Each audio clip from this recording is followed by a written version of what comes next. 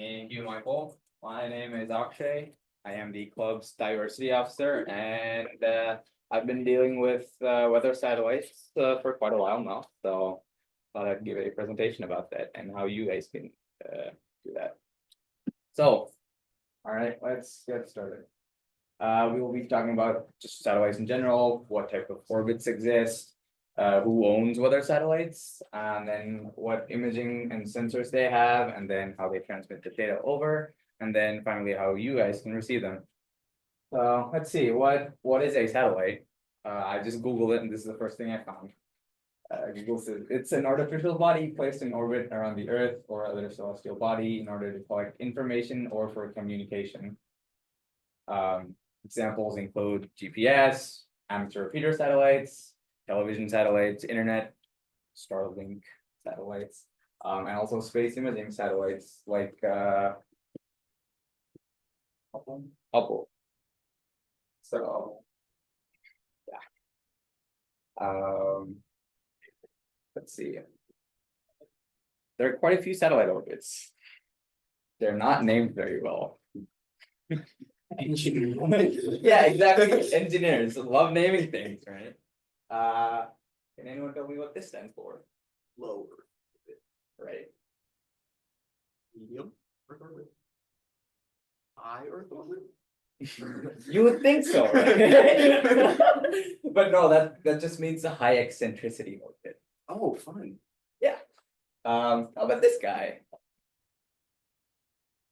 It doesn't even have orbit in the name, it's just geostationary. Sure. Geostationary. How about this guy? PO. Polar. Polar orbit. That's what Fram is. Yeah, exactly. SSO clue, it has the name sun in it. And O is probably orbit. So this is sun synchronous orbit. Close enough. How about this? Ryan, shut up. This is a Lagrange point orbit.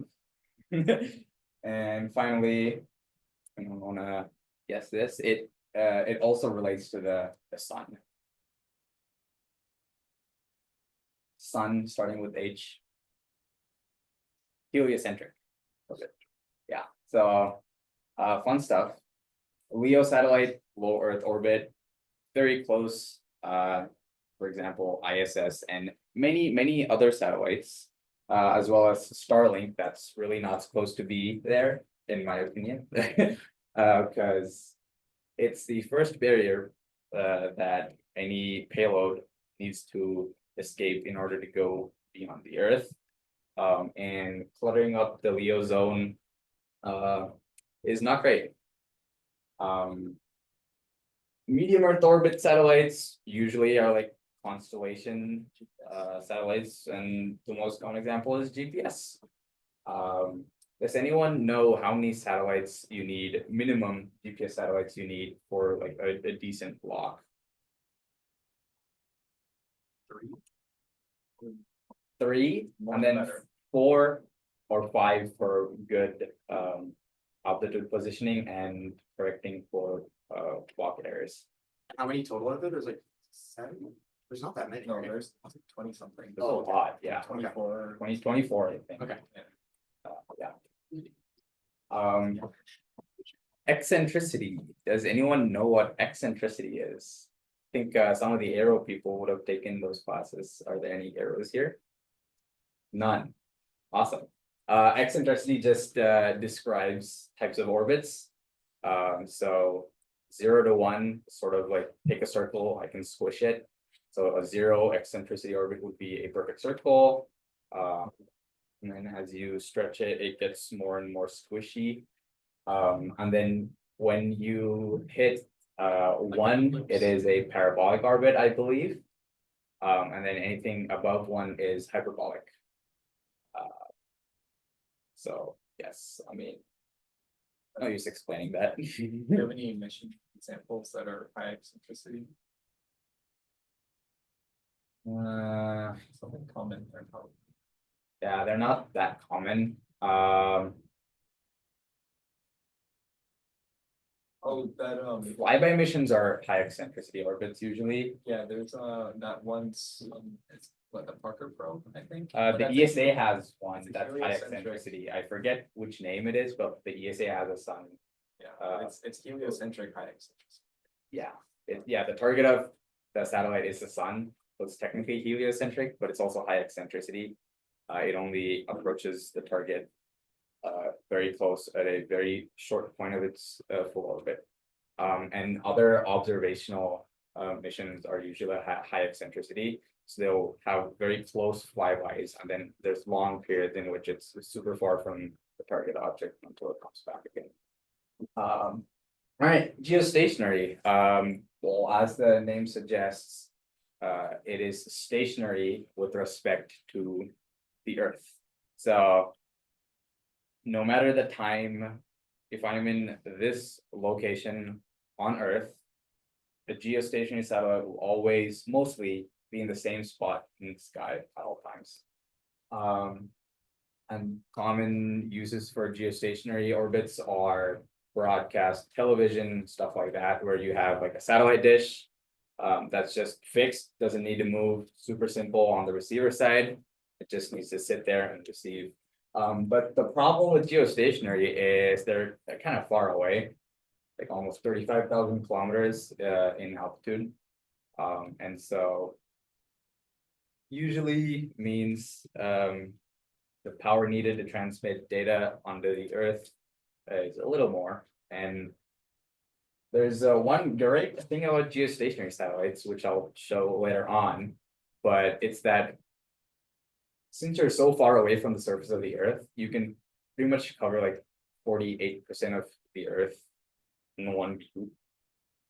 And can anyone guess how many geosatellites are required to image the entire Earth, like have visuals on the entire Earth at all times?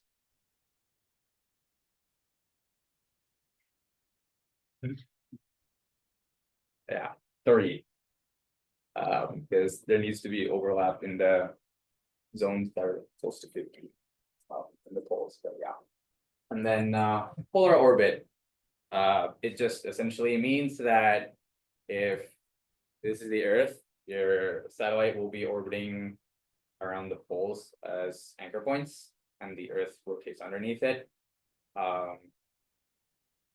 Those are not that as common as the Leo ones, but I believe anything between 10 degrees of the poles are considered polar orbit. And yeah, the recent Fram2 mission, this really rich person said, "Oh, I want to go to space. Let's make it unique.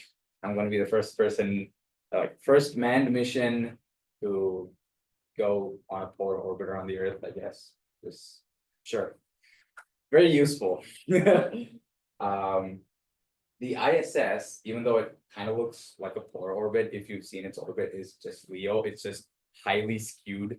It's like really close to being polar orbit, which allows for it to do a lot of cool data acquisition, and it also allows for cool ground paths for it to be tracked as it goes across the Earth. Oh, and also most Leo satellites are usually in the 90 to 100 minute per orbit around the Earth, so they're pretty fast.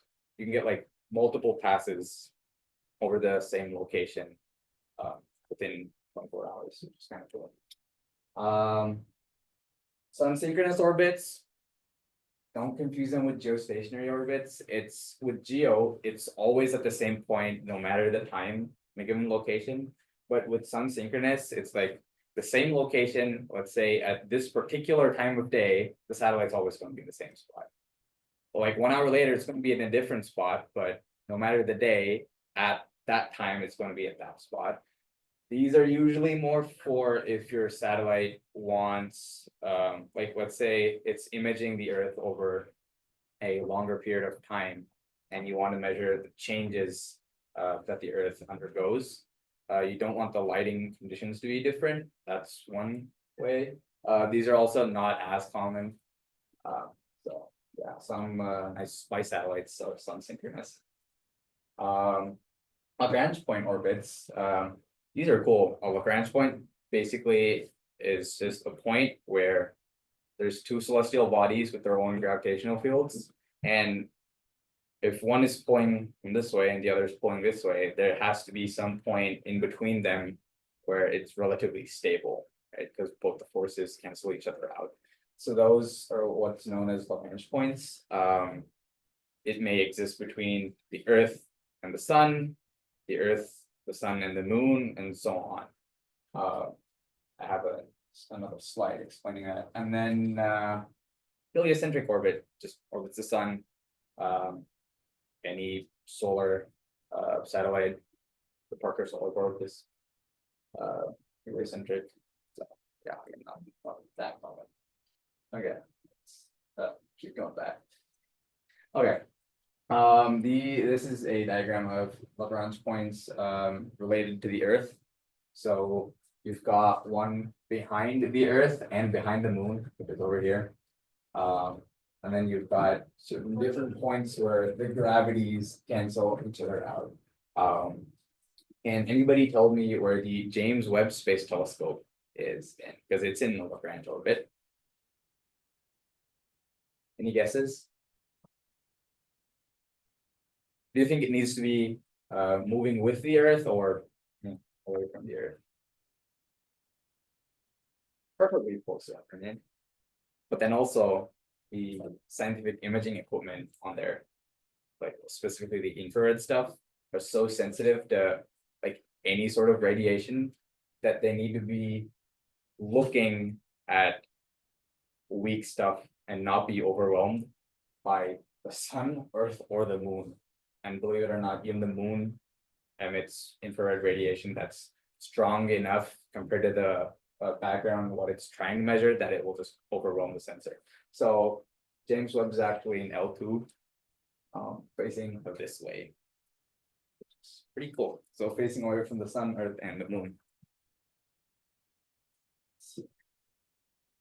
So when we have weather satellites, they got a couple sensors on them. The most common being the radiometers, anything that measures radiation, which is usually just a camera, fancy way to call a camera. Usually you have visible and then infrared and also microwave. Visible is just, as the name suggests, just visible, usually RGB sensing. Infrared is useful when you're trying to measure something that's on the dark side of the Earth where the sun's not shining, because clouds and stuff still reflect infrared or block infrared from the Earth coming up. So you can get some data even if you can't see much when there's no sunlight. And you have microwave stuff, which is even cooler because the oceans bounce microwaves differently and the atmosphere refracts them. And so you can make a bunch of cool rain percentage, ocean temperature readings, and like atmospheric turbulence and a bunch of cool stuff just from observing microwave emissions.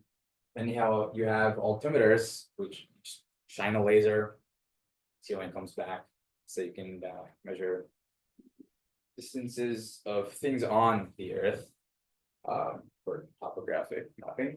And then you have magnetometers, which, as the name suggests, measure the Earth's magnetic field. This is a magnetometer. They're usually very long looking, but the sensors are actually just that.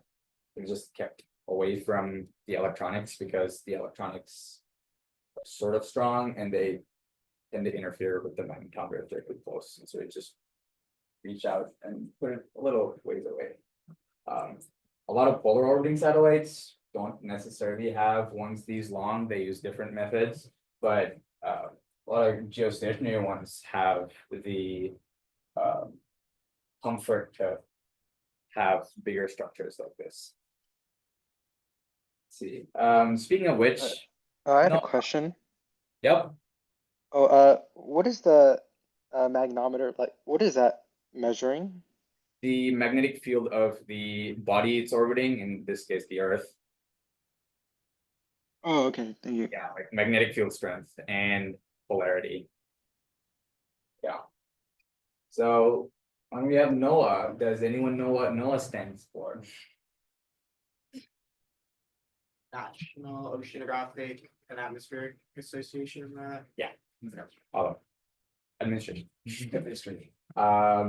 So NOAA is cool. If anyone with a radio has accidentally tuned into the NOAA weather stations that are booming around, you'll know that they love anything to do with weather. And unsurprisingly, they also have a bunch of satellites. So there's the NOAA insert number series. It started with the POES program, the Polar Operational Environmental Satellites Program, started in 1960. And I think we've gone up to like NOAA 19 in that series. All of them are dead except these three. Which honestly, props to this guy, because like it's been holding in for a while. We're still surprised that this thing works. And if we're lucky, we will try to track and decode this live at 8 p.m. So fingers crossed. And then you have the JPSS program, the Joint Polar Satellite System program, which launched NOAA 20 up to 23. And those have more advanced data communication protocols, which I'll go over later. And so we're mostly interested in this, even though they're kind of old hardware. It's cool because it's easier to receive and decode. And then you have the GOES series. Can anyone tell me what GOES stands for? This stands for that.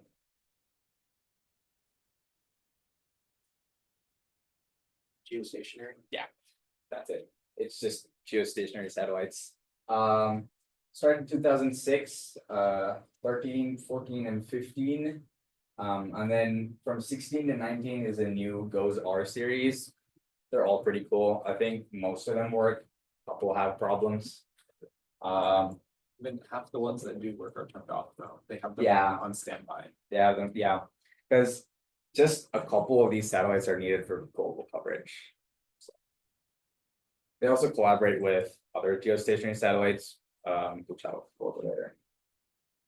Is the GOES series replacing the other ones, or is it just in addition to? It's in addition because the NOAA satellite, the NOAA X series, they're all polar orbiting. I forgot to mention that, I guess. Yeah, they're all polar orbiting, so super close to the Earth. You all get like cropped images of the Earth's surface as they orbit the Earth.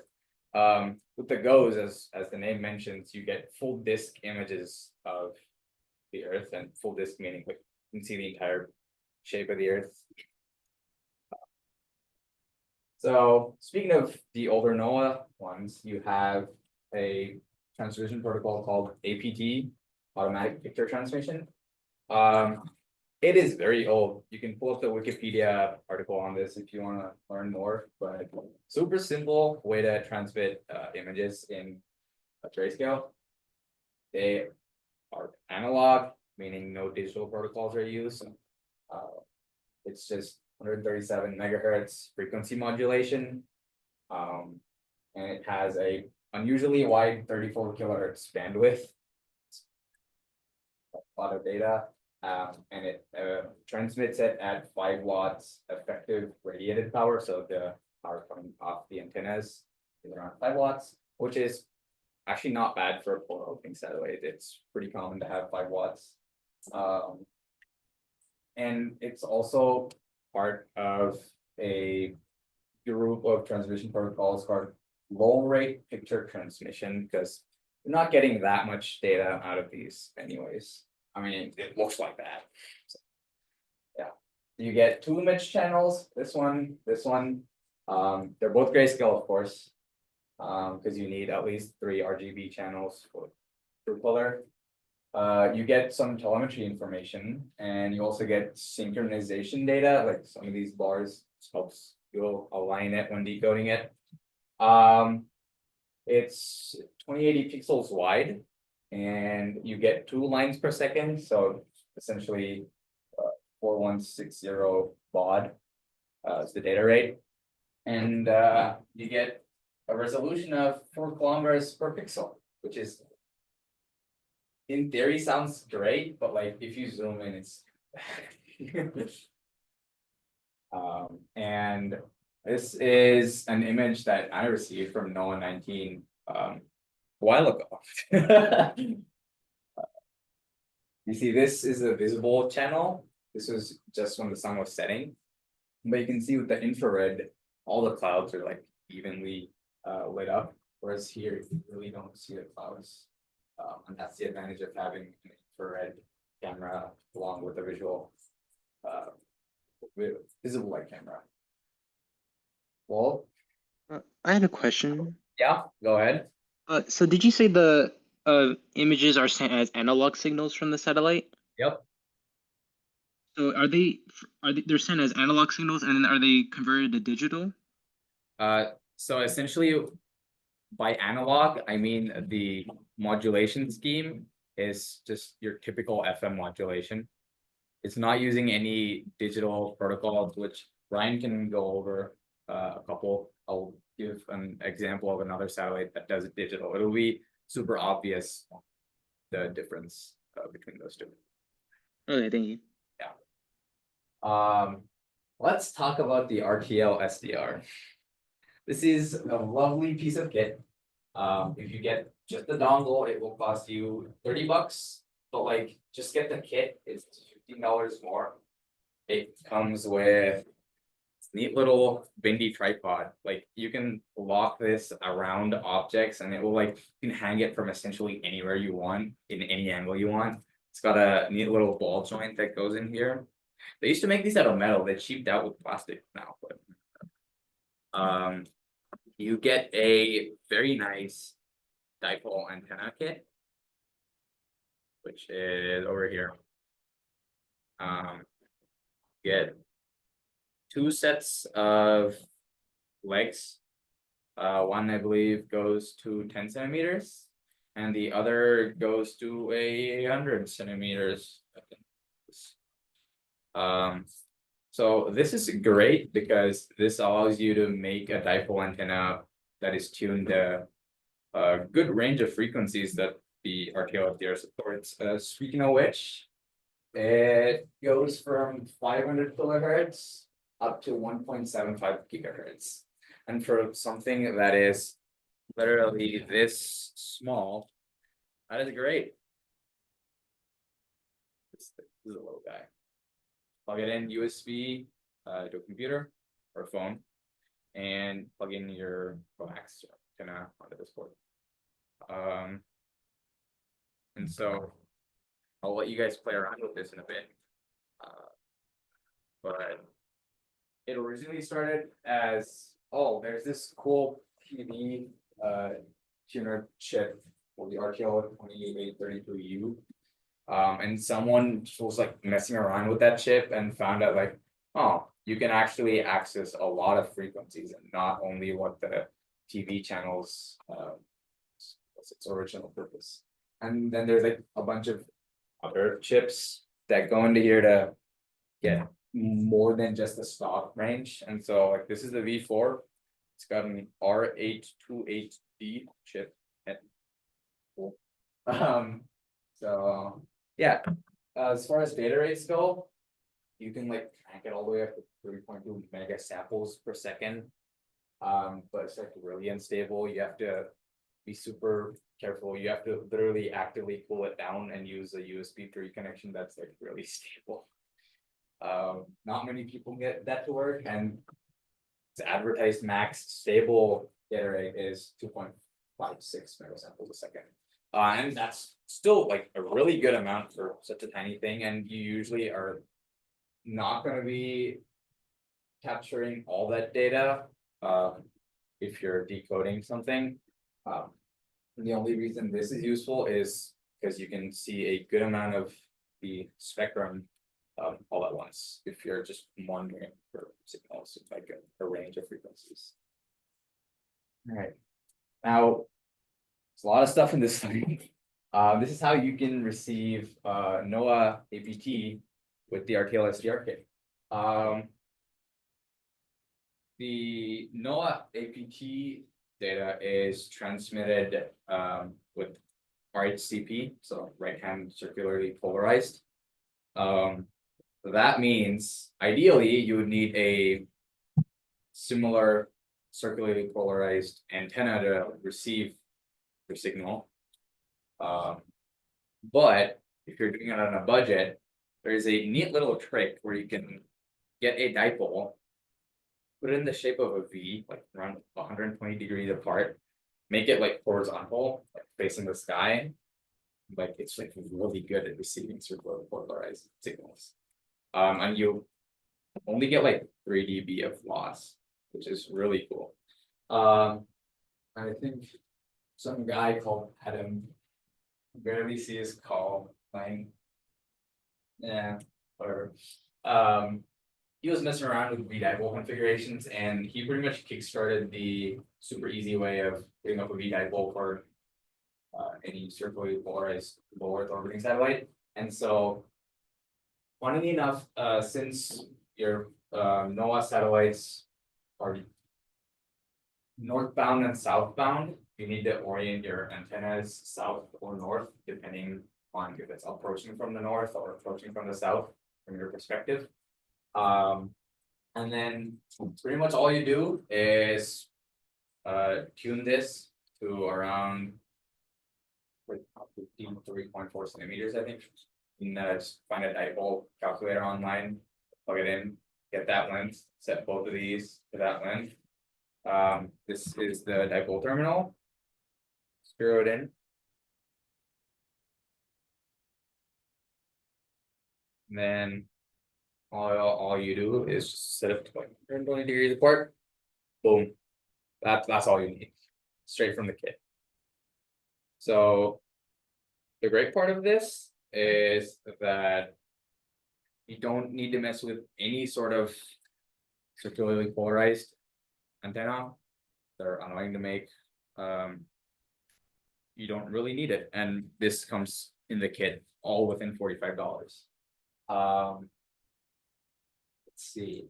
You can also use because this is omnidirectional. Once you set it up, you don't have to touch it. The entire pass will be picked up, no problem. You can also go with a directional antenna. You can also build that yourself. That is a tape measure Yagi-Uda antenna. And I've got a neat little QR code if you want to make one of these yourself. All you need to do is punch in the lengths of these into, you just put in your frequency that you want to receive into a Yagi calculator online. It will spit out some lengths and you just make these lengths accordingly. But since this is directional, you literally have to stay in like pointed at the satellite close enough, even though you can't see it, which is why I recommend you use a app on your phone.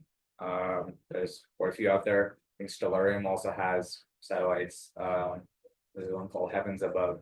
But yeah, there's a lot of apps that let you like literally just point at it and it will center it on the screen. So you can just hold your phone up, hold the antenna up, and track it like that. You can also 3D print stuff that will keep it at like 120 degrees. There's a bunch of cool stuff. There's also one interesting quirk about these V-dipoles, and that the height that you place it from the ground actually kind of matters, because the ground ideally shouldn't be doing much in the far field, but in reality it will have reflections. And so if I have a signal and this is receiving signal, but your signal also bounces off the floor and comes back, depending on how high it is from the ground, you might get destructive interference with your signals, and that will essentially decrease your signal strength, which you don't want. And it will also start creating what we call nulls at certain elevation degrees, which is kind of cool. So if you do the math, I don't know, I forget, but these are all like multiples of the wavelength of 137 megahertz. So a neat little thing. So you see here, it's kind of uniform, but if you go like 2.18 meters from the ground, you have nulls at max elevation, which you really don't want because your satellite is overhead it is at its closest point to you, an observer on the Earth. And it will also be the strongest. And so you really don't want nose at max elevation.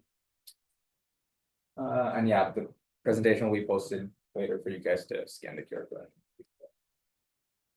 All right, well, that's all the hardware. How about the software that's needed? Kind of funny. This one little guy can do everything you need, but it's also not that fun to do it all with this software. So what you can do is there's software for tracking, because you really need to know when the satellite's gonna be visible to you on the Earth. Because these are these are low Earth orbiting satellites. They come and go in perspective of the ground. So with the software called GPredict, you pretty much punch in where you are and what satellites you want to track, and it will tell you the max elevation of the pass, when it will arrive, when it ends. And it does even cooler stuff where you can control rotators to automatically point to the satellite, and also account for Doppler shift, because it is an object that is emitting waves and is moving with respect to the observer. There will be Doppler shift. And then you have software that you can use to actually communicate with the RTL-SDR. And so this one is a popular Windows software called SDR Sharp. For Linux, there's GQRX. There's a bunch of SDR receivers out there. So with this, what you do is you tune into, say, NOAA 15 is 137.62 megahertz. Put that in here, and then you can essentially record the pass. Since it's an analog signal, it will just be sort of audio. It will just be FMD modulated. And then you can put this guy into sat dump and it will spit out the image. Or you can just do sat dump and it will take care of the tracking, when it will arrive, recording and decoding it automatically. But if you play around with this, it's kind of cool because you get to see what's happening. And then there's also Audacity if you want to record that way. It's also great for if you want to resample your audio files to a different piece of software. There's a couple other satellites out there as well. There's the Russian Meteor M2 series of also low Earth satellites. And this guy has something called LRIT, which again, I said, is low rate picture transmission. These guys are kind of cooler because the same frequency, or 37 megahertz, you get a way better signal, because it's digital, got a lot of bandwidth, and it uses a QPSK modulation scheme at 72 kilobaud, and can explain QPSK. Sure, yeah, so, We do got more cards marker. so Good. when you want to transmit a digital signal, well, RF is always analog, so we need to figure out a way to make it digital. One way is called QPSK. That's what we do in this case. Are you guys familiar with IQ diagrams? Real and complex portions of a signal? No. No.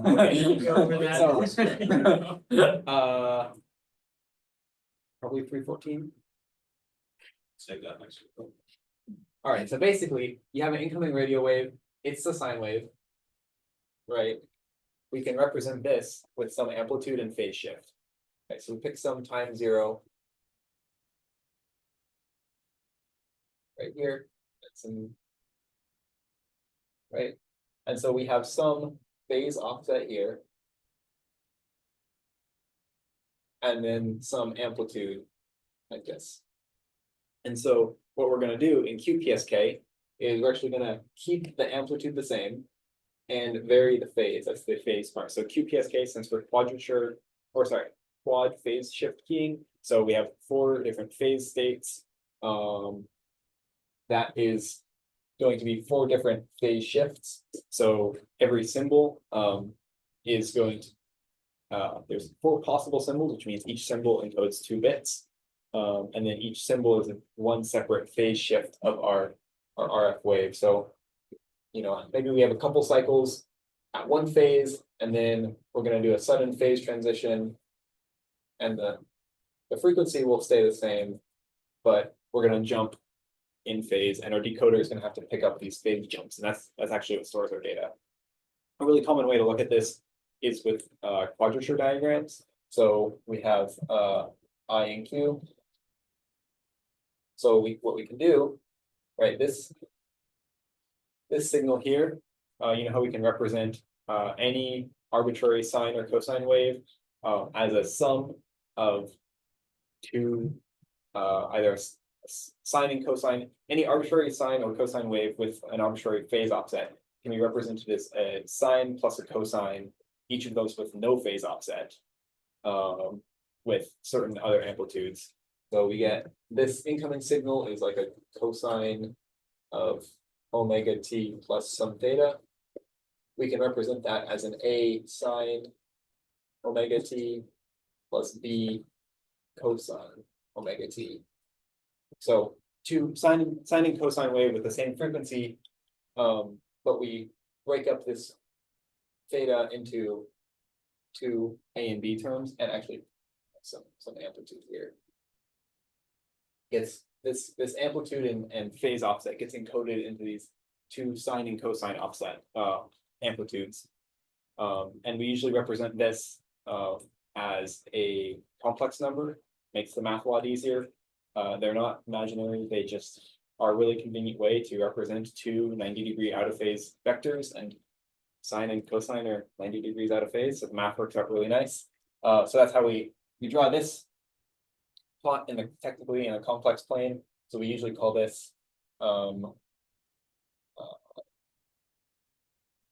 is it? I plus JQ, right? In phase, yeah. So this is our in phase signal, and then this is our J times Q signal. This is the quadrature signal. So we have so we can represent basically any sine wave as an amplitude. It's a vector in this plane, an amplitude, and a phase. As you might notice on here, we see these quadrature plots. This is taking whatever symbol rate it's encoded at. It samples one symbol period, say that's this long, and it measures for whatever frequency what is our amplitude and what is our phase offset, and plots that. So it's either it's a plot symbol here, that's a plot here and here and here. So if it's working properly, if we have a good enough signal, we can actually recover the bit rate clock when each of these symbols transition from one to the next. And then based on the phase offset, we can tell which quadrant we're in at the current time during each symbol. And then each of these represent a separate set of binary data. So we have 0, 0, 0, 1, 1, 1, and 1, 0. And that becomes some bit stream that we can then decode. This is very different from how the analog satellites work. Those ones are essentially facts over FM radio. Yeah, pretty much. Yeah, any questions on? So what happens if you have a phase shift within that diagram? Like what happens to it? Oh, the whole thing rotates. There you go. So we have to lock the receiver phase to the transmitter phase, and we have to lock the clock and the receiver, and we have to also account for, you know, we lock it to usually it's represented at this 45-degree angle. That's just kind of a convention. There's a lot of really complicated math that goes into locking that. Talk to Mikkel. Yeah, talk to Mikkel. You'll learn about Yeah. that. It's really difficult. And then also we have to also know how are we going to lock it, right? If a signal is just coming in, we have no reference in what the 0 phase is. So we don't know when we're in this quadrant versus this quadrant versus this quadrant. Like we can pick up these phase changes, but they're all kind of relative. So there's a lot of digital math that goes into basically detecting from the bit stream how are we supposed to align and how do we do that. talk to Mikkel, he could explain it way better than I can. Let me know if you have any questions. I had a question. Yes, So, how did you get 4 different phase angles? in this specifically, this is QPSK, so we have 4 angles. There's also BPSK, which has 2 angles, 8PSK, which is not super common.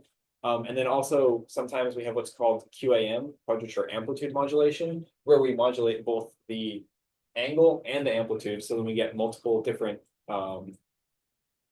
points at different distances from the center as well. So, Yeah. is there one phase angle coming from one sine signal? It comes from one symbol. So while we're transmitting, the phase is constantly shifting back and forth. So, and I drew it here, 2 symbols of the same phase, and then one more where there's a phase jump, and it'll change to a different phase offset. But the radio, the transmitter side on the satellite will be constantly changing its phase at whatever symbol rate it's sending, Oh, okay, thank you. which is half the bit rate. That's the baud rate of the satellite is the symbol rate. So every symbol encodes 2 bits. Thank you, Ryan. And yeah, as you mentioned, this is digital. Which means you need to be able to reconstruct it. Even if you half get it, you don't fully get it. That means you just end up losing the entirety of the data.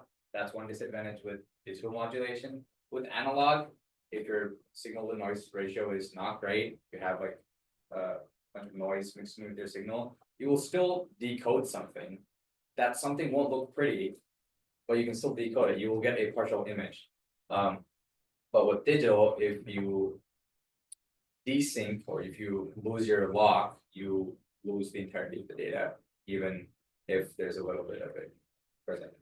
And yeah, this is what sat dump looks like when you're decoding Meteor M2. It's got the 4 angle oscillation plot, and yeah, it's just like a nasty chunk of data on the waterfall. It does not look pretty. The APT does look pretty though. Hopefully we'll see it in action. And yeah, so same hardware as APT because it's same frequency, but you might benefit with using a LNA. In this case, NOAA has something called LANA, or that stands for, which is pretty much just a broadband low noise amplifier. So the RTL-SDR is even cooler because it has something called a bias T, which just means you can inject voltage through the coax, and that can be used to power active devices such as a low noise amplifier. And so you really don't even need external power. It will just inject it through the line, and this gets powered and it does its job.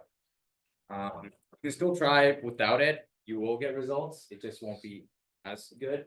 This is an example of a horrible unprotected, but an example of an image I received. It is full color because you get a minimum of 3 channels and more on demand, RGB, and then smash them together and you get true color. This is great because you get a resolution of 1 kilometer per pixel. It's like an insane resolution if you like really zoom in. You can see like mountain peaks and lakes and rivers. It's really cool. Sorry, can you explain what like analog means, like what it's sending? Is that like color intensity is represented by frequency, or is it still sending like binary information? Yeah, so in the case of the analog transmission, you need some way to transfer color or light intensity. In this case, it's frequency modulated. And so you get an entire scan line, like the 2048 pixels at once within your analog signal. And pretty much that moment of the analog signal will determine the brightness of each pixel across the 2048 line pixels. And you get 2 of them every second. So With analog, it's just you're finding the brightness somehow. Digital, you encode it in a vastly different way, and you have flexibility on how you wanna mix it into your digital signal, essentially. So the way you decode it is with the like the color bars on the left that you showed before. Yeah, so those are sync bars, they help align your image when you decode it. So all the receiver has to do is to listen twice every second. Get the intensity plot for the 2048 pixels and then plot one line. The other line, so within each second you get two lines, and it will literally it's like a fax, it will like print it out as the satellite passes over. It won't transmit the entire image at the same time, it always goes line by line. Same with this, but this is a little different, you get chunks instead of lines. Because digital is cool and you can again split your image however you choose. So like as the satellite scans over the surface of the earth, it transmits one chunk, in this case, or one line is of APT. And the stupid thing with these, with this specific satellite is that it will get a great signal and then the computer has to dump its buffer every now and then. And so you'll just get like a black bar in the middle of your image, no matter how great your reception is, and it will just pick up again. It's kind of sad. And yeah, there's 3 of these guys have been launched. Somehow the Russians have an infinitesimally small budget for these kind of missions, so they just sort of build it and launch it and hope it works. They've done a good job at it so far. One of them died, the other one lost its spin control and stared into the sun. And most of its sensors just fried themselves. It's just so sad. I saw it happen in real time. I wish I had that image. I don't know where it went. But I think a couple other people online also posted that. You can see since it transmits chunks of data as it rolls over, you could literally see the earth like this as it's like it's like wait. But yeah, and then there's like another one that's up that actually works still. Like receiving that.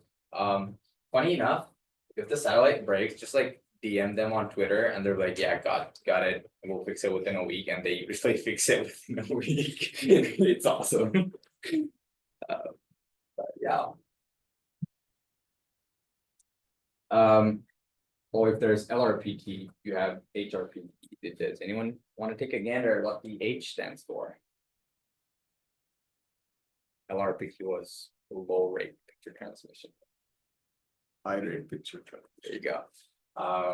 So a lot of satellites have HRPT transmissions, and then some of them have the transmissions under 1.7 gigahertz, which is important because this guy can only go up to 1.75 gigahertz. And so there's a couple of them that you can receive even with this. These guys technically NOAA 15. Oh boy, that's not good. Could you grab my bag, please? So these are just the NOAA series. NOAA 15, 18, and 19 all have HRPT. And then Meteor also has it. And then there's also a few other satellites. I think this guy only transmits over Asia, save power. Like you might be able to get it near Europe when it slowly turns off, but whatever. But yeah, these are beautiful because they're also full color images. And they're high frequency, which allows it to get much better data rate going through them. The data rate varies throughout all these satellites.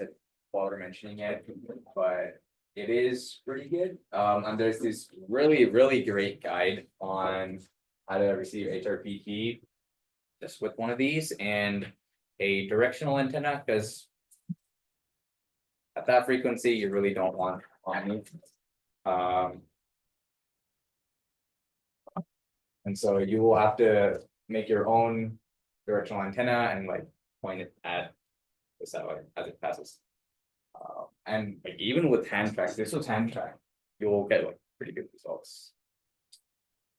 There's also a bunch of cool image processing you can do with the images that you get, because technically the images that are sent are not really that processed. They have all sorts of defects, like they don't account for the curvature of the Earth or the speed of the satellite, and so software can re-stretch it back to how it should be, and you can also guess a lot of data, like chance of it raining, and you can overlay it on this.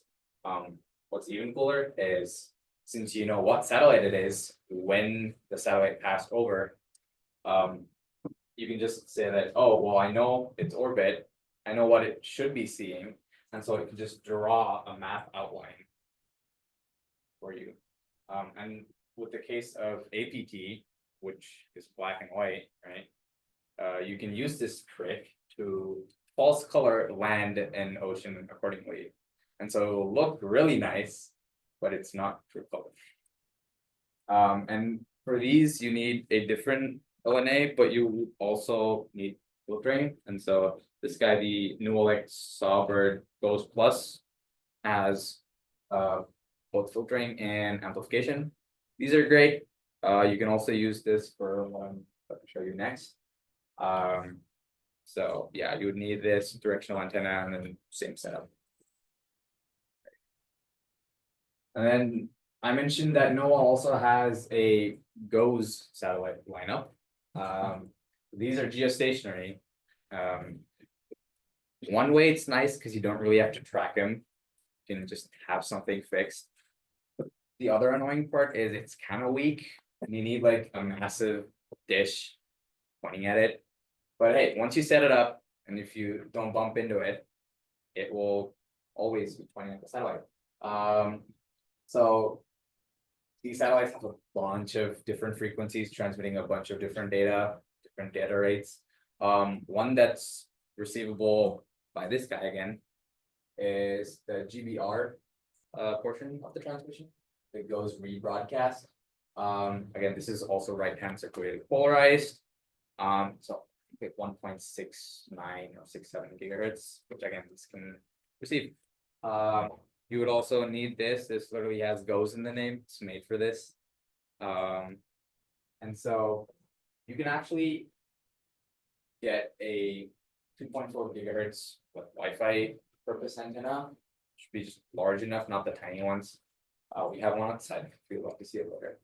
And there's like tricks where you can like bend the feed the other way, the reflector on the feed the other way, which really makes it better. But depending on latitude, you also have to skew your dish. For better perception. And the thing with this, with using LNAs and filtering, is that it has to be as close to your receiver chain as possible. So you have your satellite dish over here, right? You've got the coax coming off the feed. Then you have your GOES solver, GOES filter plus LNA.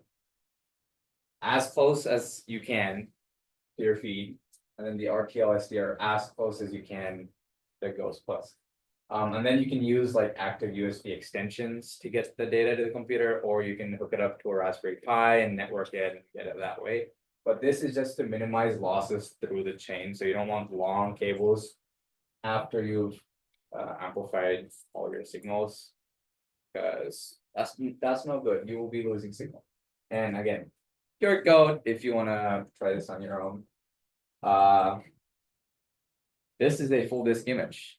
It's supposed to be an animation. I don't know why it's not playing, but this is what a GOES full disk image looks like.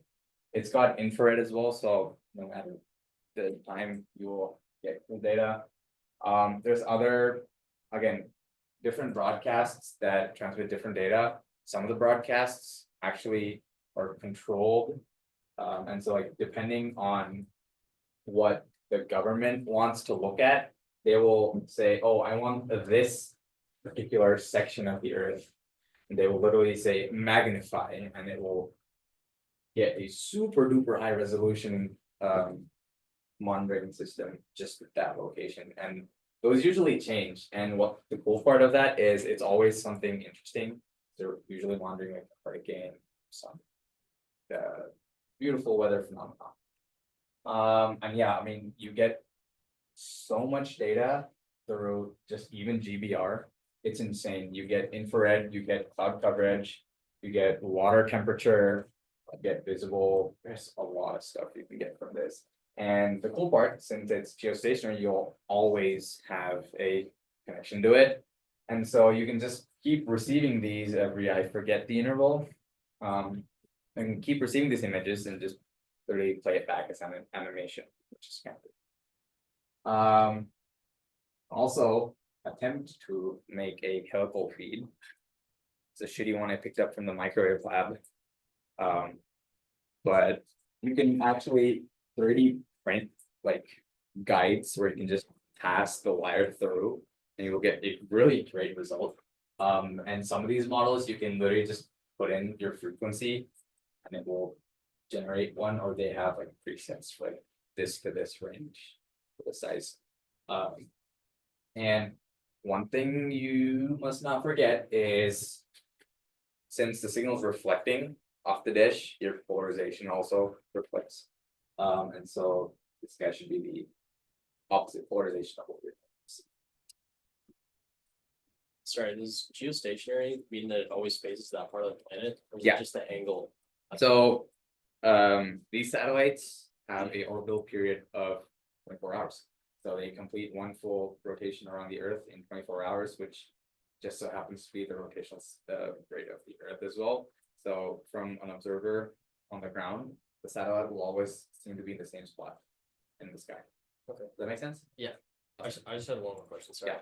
Can there be multiple satellites at one Lagrange point, or is it just Yeah, always? so these Lagrange points are not like small points.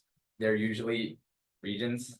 The great part about Lagrange points is that once you get your satellite into them, you need to expend very little energy keeping them in. Yeah, they're a little unstable. Yeah, they're a little unstable. You need to keep correcting yourself, but you can set orbits around the Lagrange point. And that just means you'll be saving a lot of fuel or energy, keeping yourself in the point. And so there can be multiple satellites. It's like a large range. Again, you can go farther and farther away from that point. It just means that you're going to be expending more energy to keep you at that point of the Lagrange point. All right. I had a question. Yeah. So in the satellite image, does each pixel, does it represent like a sine signals with different phase shifts? Is that what the pixels are? Well, the pixels are the decoded part of the data. If you ignore what the image is, which is the digital scheme which you're modulating in, just represents bits. The bits can be anything. In this case, the bits will translate into pixels in an image. Oh, so is it like first the analog, like you have like something about the like the color of the pixel, that's first an analog signal and then that's converted to digital? Well, in the case of APT, you have analog that is describing the brightness of each row of pixels. And again, it's like up to the designer on how to implement this. It's just that digital protocols can use all these different things like QPSK, GFSK, 8PSK. Yeah, so the digital ones are completely different. Once it gets decoded, it becomes just a bit stream is usually what we call Digital it. data. Yeah, the series of ones and zeros. And then from there, how you actually decode it gets really complicated. Usually there's a layer of error correction. Yep. Sometimes that's block error correction or stream error correction. And I don't know how Like the LRIT, for example, uses Reed-Solomon. so yeah, that's block coding. The GOES, for example, uses something called Viterbi, which is a stream error correction. So it takes a couple seconds to actually start decoding it. And the actual bit stream that you're receiving does not correspond to the actual digital data that needs to then get error corrected. And you lose a bunch of data or a bunch of throughput by doing that. So the actual data, the raw data that gets produced is significantly smaller than the bits you actually receive. It gets crunched down, 2/3 or even 1/2 or smaller of the data that actually gets received. And then that data needs to get processed into images. So for GOES, for example, you need to leave it receiving for a while and it'll start collecting essentially packets, digital data packets for each of those images. And once it gets enough to reconstruct an image, it'll do that. It takes it like 5-ish minutes before it's able to actually get any images out. But it needs to be able to put together enough pieces to make a full disk image because it's constantly sending a stream of data, but that data is then it takes a bunch of pictures, downscales them because it doesn't have enough bandwidth to transmit them all down on GRB, and then it downscales it, compresses it, cuts it up into a bunch of different little pieces, and there's also 16 different channels all being transmitted simultaneously. So it's transmit pieces of all 16 channels, and then you have to wait until you've received enough pieces to put together the last image, which takes about 5 minutes. Something like that. But yeah, it's how they actually do all that error correction and reconstruction is rather complicated. You can read a lot about it on the internet, and also if you take EE 314 and then I don't remember what the class after that is, the Advanced Digital Comms class, which I don't think they're going to teach ever again because of the semester transition. But the new semester version of comms, which if you are a first or second year right now, you will take when you're like a third year once they've done the semester transition. Digital communications. They're not ever going to teach it again until it's completely reworked and the semester version will be way better because the current digital comms class is really bad. They don't teach very much, and if you want to actually learn anything, you have to take the advanced or graduate level versions of those classes, and those got taught like every other year and were really difficult. So there's going to be a slightly less difficult version of the two classes combined into one, and you'll theoretically learn more than you did easy one. So hopefully, so theoretically it should be better, but you have to wait 2 years until it actually comes around. Also, the background of this image is made by getting data from 3 different geostationary satellites, all centered across different points of the Earth.